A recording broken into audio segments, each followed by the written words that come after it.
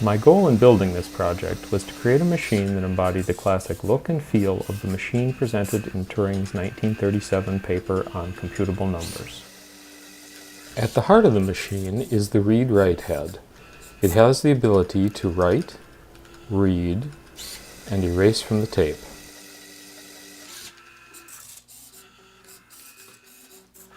Writing on the tape is done with a standard fine point dry erase marker. The marker is moved in the y-axis with a servo. The transport of the tape provides the x-axis motion. The marker is lowered and lifted from the tape with an additional servo. Erasure of the tape is accomplished with a felt-covered cylinder. A small gearhead DC motor rotates the cylinder through a toothed belt and pulley system. The erase head is lowered and raised by a small pin in the base of the read-write head. This pin rides on a cam attached to a servo. To read the characters on the tape, a TSL 1401 line scan camera is used. This camera captures a single row of 128 grayscale pixels. By transporting the tape between scans, a complete character can be recognized. A bank of LEDs provides even illumination for the camera. This camera provides the only source of information the Turing program has for what is on the tape. The tape for the Turing machine is a 1,000-foot roll of white 35mm film leader. Motorized roll stands at either side of the read-write head automatically handle the tape. Transport of the tape is done with the cog at both ends of the read-write head. These cogs are moved with a stepper motor driving a toothed belt system. One revolution of this motor is equal to one cell of the tape. Just in front of the read-write head is the control console. This console contains a custom display board. Mounted to the back of the display board is a second PC board containing a parallax propeller chip. The propeller chip provides all the control for the machine. Adjacent to the propeller board is a third PC board that provides power and control to the servos and motors.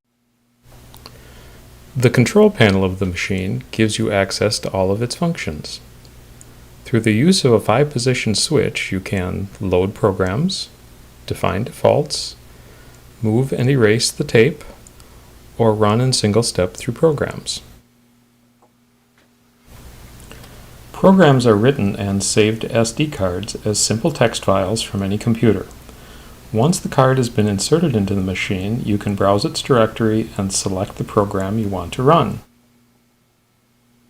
Often programs need to operate on a tape that already contains data. Default tapes can be saved as part of a program file.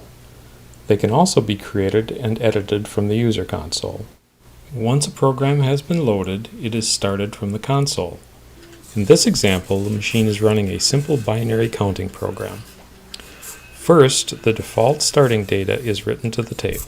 After the default tape is written, the tape is returned to the first tape position, and control is turned over to the Turing transition rules that were loaded from the SD card. While the program is running, 3 LED displays provide feedback.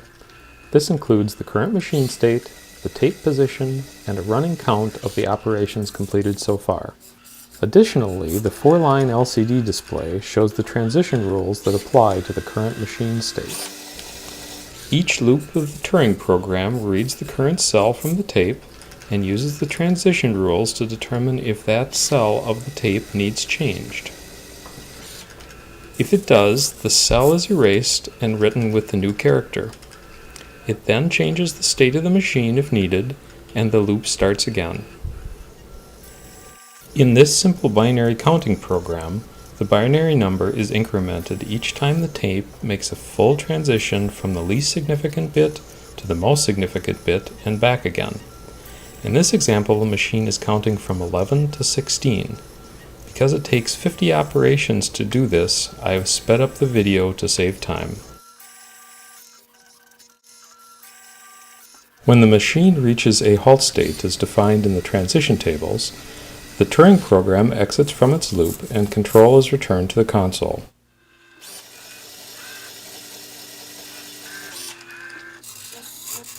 Thank you for watching this video. I hope you have enjoyed it.